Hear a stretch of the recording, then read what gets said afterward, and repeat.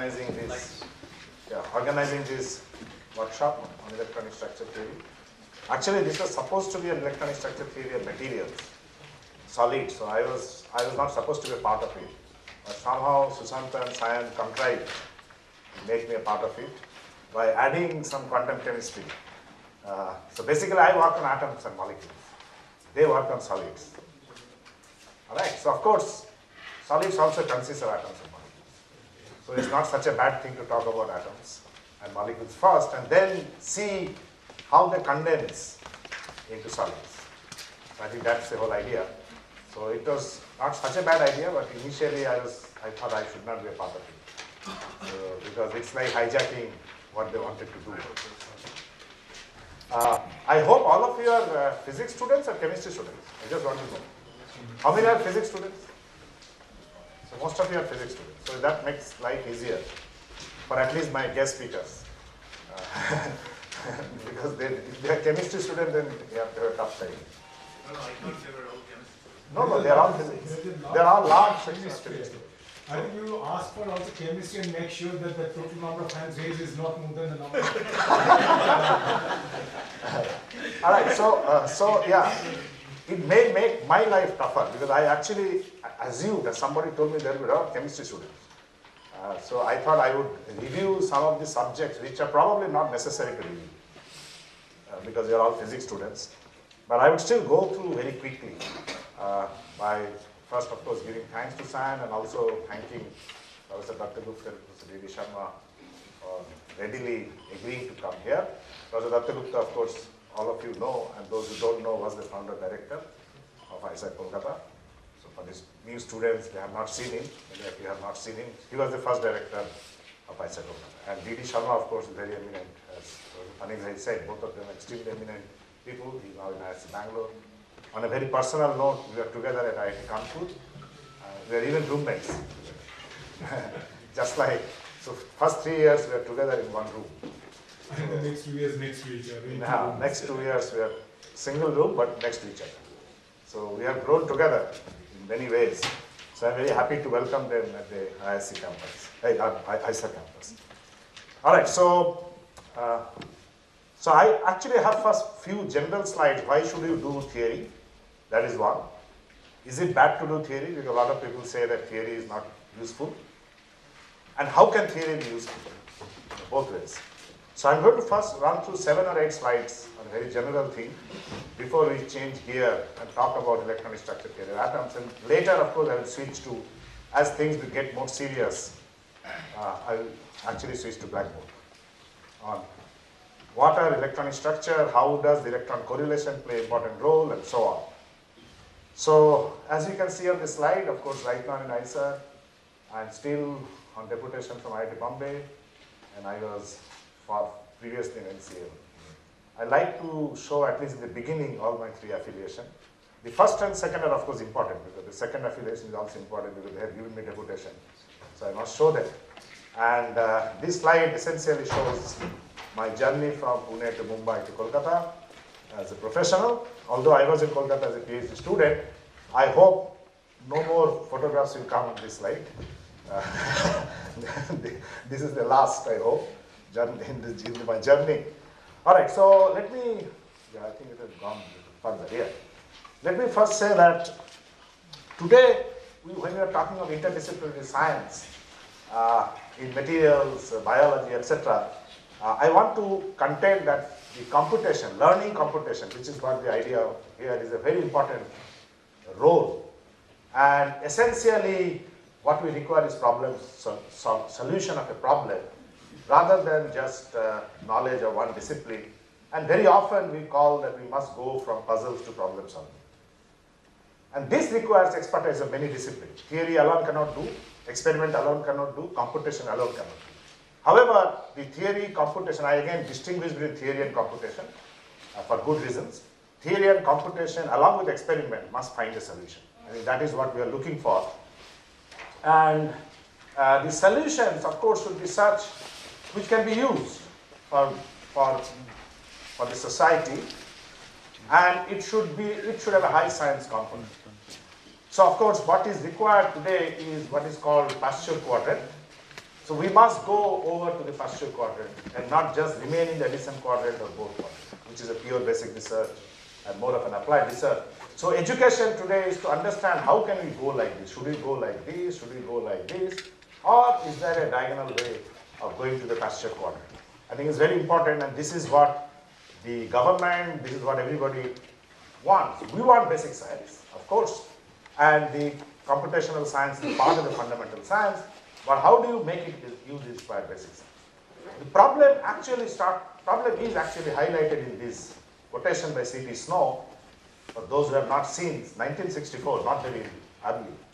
We prided ourselves that the science that we were doing could not in any conceivable circumstances have any practical use. We prided. More firmly one could make that claim, the more superior one failed. So this is essentially the problem that many fundamental researchers have always suffered from, that my science is so good that it cannot be used. Practical use is not there, but we are great scientists. And so this is where there is a mindset problem, and of course we have to do good science to get solution. And today materials actually provides an excellent opportunity where computational material science can actually give lead in condensed matter physics, in quantum, in chemistry, such that people can take up and go away from such pride that the people have. Pride is good, but one has to have good use of the science. So we have, of course, in chemistry, the physical chemistry is the closest to what the physics people will be doing. So it, of course, leads us to concepts, insight, phenomena, thermodynamics, kinetics, spectroscopy. These are all topics. But importantly, chemical theory, or what is called theoretical chemistry today, is a very important subject of physical chemistry. However, theoretical chemistry is not new. If you look at, even in the 5th century before Christ, there are reports of conflicting chemical theories from the Greek philosophers like Empedocles, Democritus, and even 4th century before Christ, people have talked about early example of the danger of purely theoretical chemistry. Not today alone. So when we talk of theoretical chemistry, of course, experimentalists say, oh, what good it is. But this was even told much earlier, a few hundreds or thousands of years back. Aristotle, of course, advocated Empedocles' theories of 4 elements, which dominated chemical theory until the 18th century. What happened in the 18th century, and actually I want to show the 19th century 2 very important quotes. By 19th century, which is about 200 years ago, a quote by A. Comte, every attempt to employ mathematical methods in the study of chemical questions must be considered profoundly irrational and contrary to the spirit of chemistry. So you can imagine a quote in the context of chemistry. If mathematical analysis should ever hold a prominent place in chemistry, an aberration, which is happily almost impossible, it would occasion a rapid and widespread degeneration of that science. It's very unfortunate that I had to start with this quote, but this is what people thought of the place of theory in chemistry.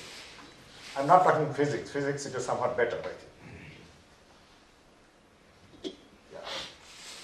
I had another quote which is probably missing. Yeah, the other quote is exactly opposite, which says that unless mathematics is there, the science cannot be exact. So in fact, it was also 1828, so within 2 years. So of course we know what happened after that. That today, the quote that I showed is certainly not right. There is a tremendous place of mathematics in chemistry. Again, as I said, see, I thought there were a lot of chemistry students, so I wanted to tell them that it is very important because I know that a lot of chemistry students avoid learning mathematics and theory. So that was the reason I said, this was 200 years back. Today, of course, you have to learn theory, good theory, to understand chemistry. So, of course, the modern theory started, and this is where our emphasis will be there today, from the failure of classical mechanics, and that microscopic particles like atoms, molecules, electrons could not be explained by the laws of classical mechanics, and we all know that several experiments which actually highlighted the failure. So black body radiation is, of course, a great example, not in the same scale, but the qualitative nature of the classical law, what would have been predicted by classical law and what is observed is, of course, well understood, that the black body radiation fails because of the ultraviolet region. So classical mechanics could not explain. Then, of course, there is a great Einstein's photoelectric effect, which says that you require a cutoff frequency before the electrons can be ejected of a metal, cutoff frequency of a photon, and if you simply increase the intensity, more number of electrons will be ejected, but not the kinetic energy of the electron. So it is a very clear example where energy could be related to frequency. So this is what the very famous curve of the Einstein photoelectric effect shows, that you require a minimum frequency before the metals can lose electrons. So that's essentially the h nu 0, which was essentially called the binding energy of the electron. And the third very important experiment was the atomic spectra, the hydrogen atom spectra, which actually showed that the atomic spectra is discrete, which again could not be explained by classical mechanics. So these are three major experiments which actually led to the beginning of the quantum mechanics. Of course, people started talking about the wavelength, wave particle duality, and also how frequencies are connected between wavelength and frequency at a constant velocity of light. So for example, when the wavelength is reduced by a factor of 2, the frequency increases by a factor of 2. Then the range of frequencies and wavelengths is called the electromagnetic spectrum. So of course, this is again very well understood that the spectrum that we get in various atoms and even molecules and solids become extremely discrete. That's the essential point. So the wave nature even could not explain how an object can grow when its temperature increases. The wave theory could not explain the photoelectric effect, as I said. And the nature of Max Planck actually said that the energy goes in a quanta. Instead of continuous increase, it goes in steps of h nu. And this is essentially a very important part of the beginning of the quantum mechanics. So that is what is represented here as energy is equal to h nu. So Einstein, we just said the same thing. And then in the early 1900s, the atomic model, people started talking about atomic model, before you come to electronic structure. So the atom was understood to consist of a positive nucleus around which electrons move. That was the Rutherford model. And then there is a dilemma that according to the physics of that time, an electrically charged particle circling a center would continuously lose energy as electromagnetic radiation, but then the atoms would not be stable because the electron will fall into the nucleus. So this was the essential problem of the Rutherford model. So in addition, this understanding could not explain the observation of the line spectra of the atom. As I showed you, the line spectra is discrete. So continuous spectra essentially means it should contain all wavelengths of light, whereas the line spectrum shows only certain colors of specific wavelengths of light. So this was the problem that we have. For example, here there are two possibilities. This is the continuous energy loss. This is the discrete energy loss. So quantized energy loss. So this could not be explained again by the Rutherford model. So that's the difference between continuous and the quantized energy loss. All right, so we think we'll go. So then came Niels Bohr. So this was really the first important atomic model. A Danish scientist, he actually set the postulates to account for the stability of the hydrogen atom, which could not be explained, as I said, by Rutherford model, and also the line spectra of the atom. So in fact, both could be explained by the Bohr's model of hydrogen atom, and that's how the Bohr's model, I can say, is the first, essentially the first model which actually starts with the electronic structure of the atoms. So it says that an electron can only have certain energy values, which are called the energy levels, and they are quantized. The quantization was essentially done through the angular momentum quantization and not directly the energy quantization. But Bohr showed that the angular momentum quantization essentially leads to an energy quantization, where energy is just proportional to minus 1 by n squared, where n is a principal quantum number. So quite clearly, because of the angular momentum quantization, the energy got quantized, and this could actually explain not only the hydrogen atom stability, but also the exact spectrum of the hydrogen atom. It's a very beautiful model, the Bohr's model of the hydrogen atom. So one could actually look at the transitions between the energy levels, how the electrons can move to higher energy by absorption or emit energy to move to a lower energy level. So this is, of course, a very famous spectrum that could be explained by initial and the final energy differences. All right, so I will not go into this.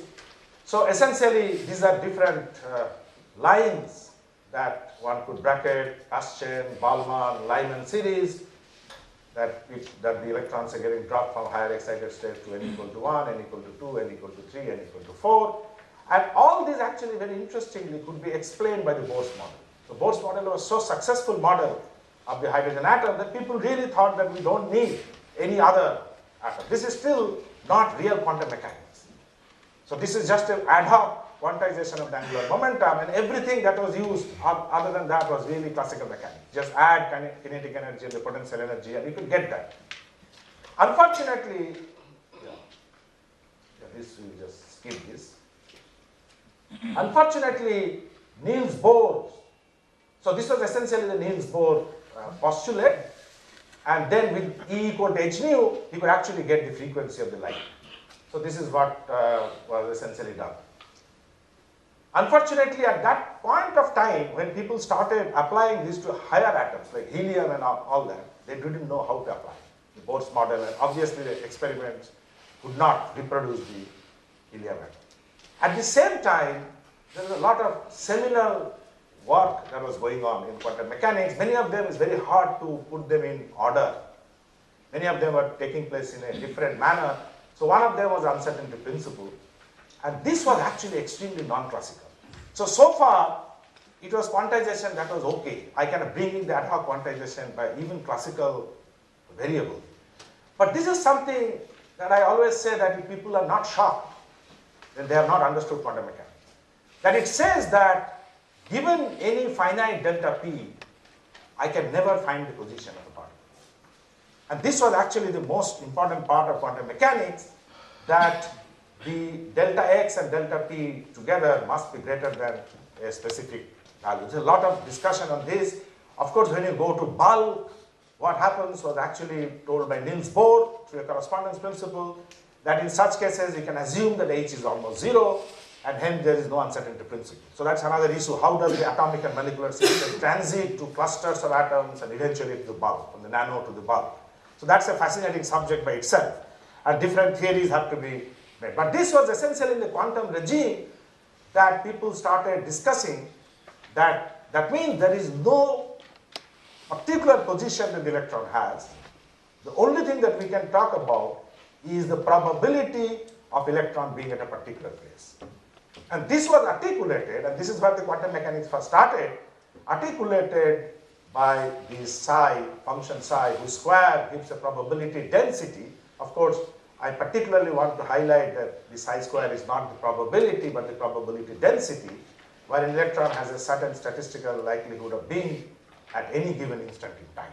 So of course, if you are given a small volume, then you can actually integrate the psi square and find the total probability that the electron has. So this was a very important departure from the classical thought that the particles could not be found. The small particles could not be found. For example, if you look at this particle, of course it is found in my hand. You know its xyz coordinate, but when you go to subatomic particles, this is no longer true. So Albert Einstein himself, whose experiment of photoelectric effect started quantum mechanics, was actually one of the disbelievers of quantum mechanics, because he said there cannot be such a non-intuitive theory which should explain my experiment. There has to be more intuitive theory. Obviously, one has not found yet. So this is how the quantum mechanics started.